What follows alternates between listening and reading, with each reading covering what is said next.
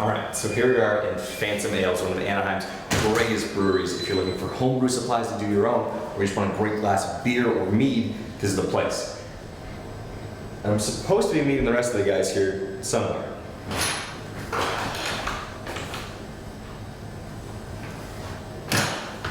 How you doing, Todd? Oh, I'm doing well. Do you want drinks? Oh, yes. Good. All right, so I think Tim's lurking around here, probably sniffing reins again.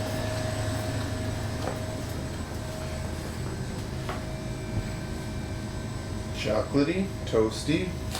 People. What'd you smell? Nothing. Nothing? All right, let's try to interview.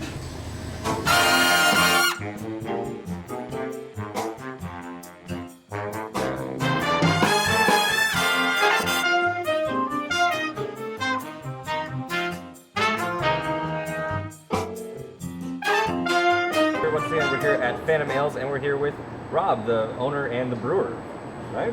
Right. All right, so Well, thanks for coming. thanks Thank for you. letting us. This place is amazing. Thanks for letting us interrupt your brew day here.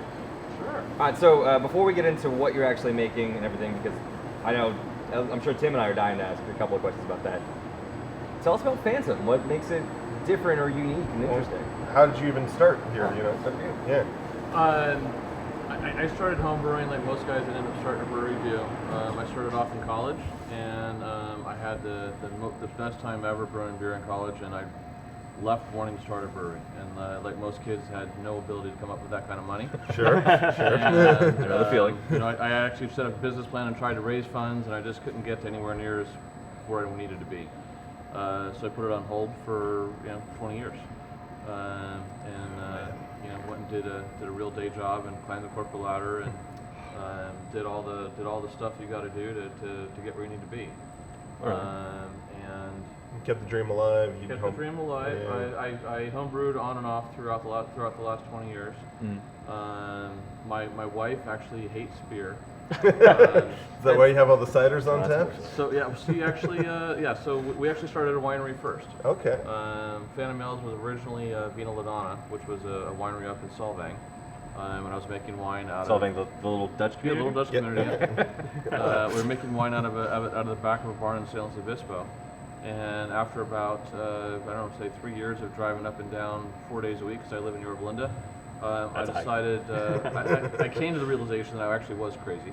Yeah. And Well, who isn't? we looked at our customer list, and really 80% of them were coming from Orange County anyways already. So I thought, hey, why don't we just move the winery to Orange County instead of me going there all the time? I can go closer to the brewery, and I can bring the brewery closer to the customer. It worked. Better to have a 20-minute commute than a 6-hour commute, I think. Right. So then we opened up here as OC Custom Wine in 2008. Okay. And we still we made wine through about 2013. Right. So we still today have wine here. The wine that we make is still available, and you can buy it by the glass, you can buy it by the bottle. So Very cool. Are you still actively venting though? we are not. We have not made. I have not made a batch of wine since 2013. So when it's gone, it's gone. When it's gone, it's probably gone. Yes. So Oh, come man. soon and get some while you still can. Yeah. So right now we have a 2009 Napa Valley Syrah and a 2010 Napa Valley Cab. Nice. Try those. Yeah. Yeah. So, but along the way, as this place built out, I started realizing, what I really enjoyed all along was making beer. And so I finally said to my wife, this is just nuts. My passion's in making beer, so that's really what I want to do. It then took about 3 years to convince the TTB and the ABC that fermenting wine and beer within the same building wouldn't result in the end of the world. As proof, the world hasn't ended, and we're making mead over here and we're making beer back here, all in the same week. So we got our brewer's permit in January 2014 and started brewing beer. So, and one of the things that makes us different is we're a winery and a brewery. We make beer and cider and mead and wine. Now, I mean, Tim and I homebrew. Very poorly, but Yeah. And in talking with other homebrewers who have gone to create microbreweries or nanobreweries or anything like that, lots of the things that I find is that they had that one recipe that they started when they started homebrewing. Just Sure. really small scale, and then they refined that and created that into something that was beyond drinkable and actually truly enjoyable and a great beer that they were proud of. And that has continued to be an offering. Do you have anything like that here? I really don't. Yeah. Over 20 years, we made hundreds of different recipes, and I think the thing I liked most was just trying different styles. Okay. I like the experimentation part of it. You can tell with a lot of the beers, there's nothing really stereotypical of a brewery here. I feel like there's all very different, it's flavors and different ideas coming together to create different options. So I mean, the longest running recipe we have right now is Flying Brick. Which is delicious. It's double. I love it. that recipe wasn't even what I would call in a final state until about 3 months ago. Wow. 3 months ago. So over the first 18 months of us being around, or like 21 months of us being around, we were tweaking, doing fine tuning, tweaking it, basically adding more hops most of the time. That's the way I like it. It's a good choice. So you're saying, even when you do come up with that recipe, you're still going to tinker with it forever and dial it in. And... I think if you don't continue to keep trying to make something better, then it gets old. Yeah, no, that's fair. And keep aiming for perfection.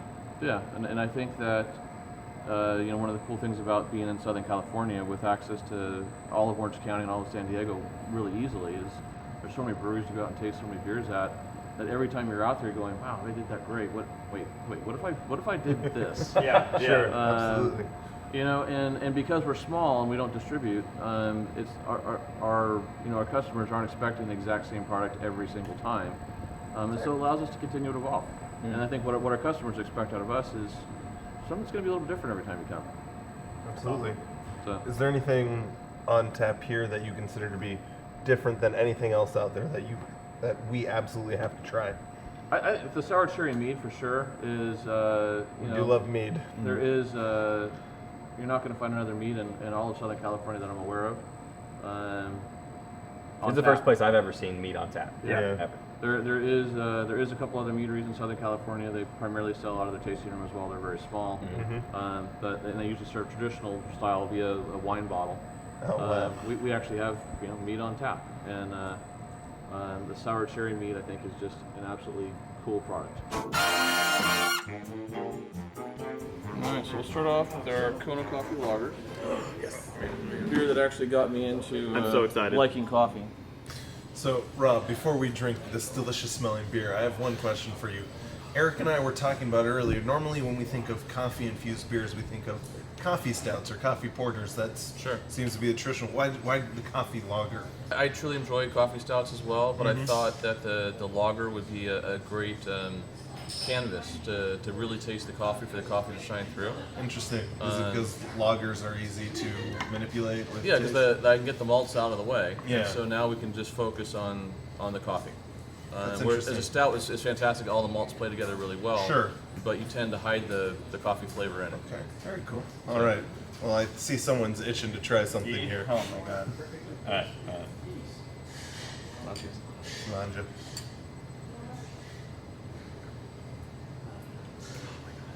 Oh my god, that is really delicious. This is how you drink coffee. No, yeah. This is how to drink Yeah. coffee. There's nothing wrong with that for breakfast. No. Oh my god. It is a breakfast beer, isn't it? Absolutely, yeah. Yeah. So good. Get you ready for the day. Yeah. I know. It gets you, like, I feel like I can do anything. So good. It's really good. We're going to continue enjoying these. What else do you have? I think probably next up will be, this is Equinox Smash, which means single malt, single hop. The single malt is the German Pilsner, and hop is Equinox all the way through. I'm gonna be honest here. The only other time I've seen a beer this clear was when I was in Cologne, Germany. I was drinking their Kolsch's, which, I mean, you know how I feel about Kolsch's. I know how you feel about I think they basically taste like water, but they look pretty. They do. I like that. It was much better than Kolsch. I'm not even a big hop fan. I like it. I'm not a big. I've Yeah. never really been. Well, big on again, hops. this is a 5% beer, so this is more in the order of a session, for an IPA, a session IPA, but it's just, a session lager. But I like that from the hops you're getting a lot of the floral quality of it. You're getting a lot of Yeah. the smell and the taste of it without the bitterness that you that lots of people typically associate with hops. Yeah. And well, again, this is a beer I make without using any bittering hops. Yeah. Every piece of hops in this is all late additions.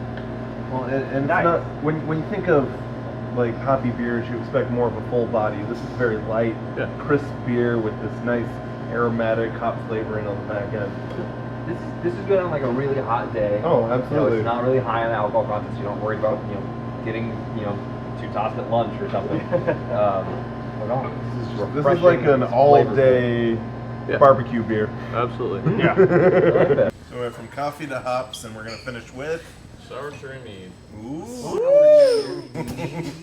13%. I think I might need to Uber home. It's phenomenal. Look at that. I imagine if you were to melt down Jolly Ranchers, they would look like this. Concentrated Jolly. Yeah, I guarantee you, there's someone out there doing that. If not, then now. Oh, this is phenomenal, by the So way. good. It's So smooth. This does go down really smooth, really easy. There's not much heat on it whatsoever. So No. It feels tend- dangerous. you tend to lose track that there's actually a lot of alcohol in that. Yeah. A lot. Yeah, 13% of this is alcohol. it's a great drink. Now, when I don't know how else to say it. I well, so you call it So a sour cherry mead, and it is in fact sour, but it's not overly so. Like when you think of like a Belgian beer, those are very sour. Sure. This is like a nice kind of Sure. crisp. Well, sour cherry is actually a type of cherry. Oh, well, didn't know that. yes. So there's no lacto used in this. There's no PDO used in this. This is just the fruit product itself. Okay. And it's the traditional cherry you would use in making a cherry pie. Yeah. Oh. Interesting. And as opposed to a dessert cherry, which is super sweet, which has none of the tartness, none of the bitterness, none of the tang to it in the back Yeah. end. So could we also call this a cherry pie mead? You absolutely could. Cherry pie. Are you just thinking of the '80s rock song now? Well, now I am. Well, yeah, me too. She's even thought about that till you said cherry it. pie. Well, one thing I want to talk about this brewery. So you also can, We do. You put everything into a can. You can take, and people can take it home with them. But Yeah. a lot of breweries don't do. A Right. lot of them do not do that. I wanted an alternative to growlers because of my own experience with them and leaving one in the fridge for a little bit too long and being flat. Yeah. And the cans seal perfectly, and you can take them anywhere. Yeah. You know, the growler can only go to certain places where you I can never have a thought about glass. that. You're right. Well, in the it only lasts for so long. Yeah. In a growler, but you're right. A can would last. Yeah, as long as it seals good, it would last forever. A can will last up to 6 months. Wow. Yeah. Absolutely. Oh. As long as you'd want to have, you would want to drink it before then, one way or another. But Yeah. the carbonation is going to hold, the flavor is going to hold. That's interesting. I don't know that I've And they're ever. great for shotgunning. These are big cans. I mean, I you gotta know. want it. All right, so we like to close our episodes out with a geeky question. So because we're at a place called Phantom Ales, we're gonna go around and we're just gonna answer who's your favorite fictional ghost or phantom. I mean, anything from Oh God, I Casper already know all the your way to- answer. Rob, would you like to? Wow. I guess I hadn't really thought about that before.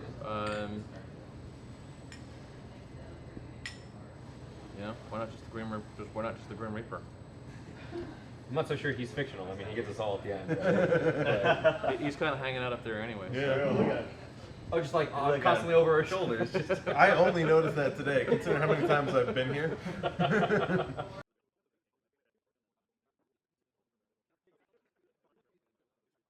Rob, thank you. It's been an absolute Thank you. pleasure. Thank you so Appreciate it. much. Thanks for coming, guys. Thank you very much. Yeah. We will definitely continue to come back and Yes. drink all of your products. All right. Anyway. Well, that's the end of the episode for today. Rob, thank you very much. Cheers. Check out Phantom Ales in Anaheim, California. So check out craft beer. Check out our other episodes and everything else from the Grand Geek Gathering Network. Stay thirsty. Keep I drinking know. craft beer. Gotcha. Cheers. All right, so we just got finished interviewing Rob at Phantom Ales. We had a great time, but someone got distracted by a shiny object and interrupted our final question. So we asked Rob what his favorite fictional ghost or phantom was in honor of Phantom Ales, which we're drinking right now. Cheers. Sláinte. And he said the Grim Reaper. but we never got to hear our answers. So, Tim, what's your favorite fictional ghost or phantom? Patrick Swayze. Boom, ghost. Do you like just making pots? I like Demi Moore. Yeah. It's a good answer. Tyler, what you got? I have Yoda.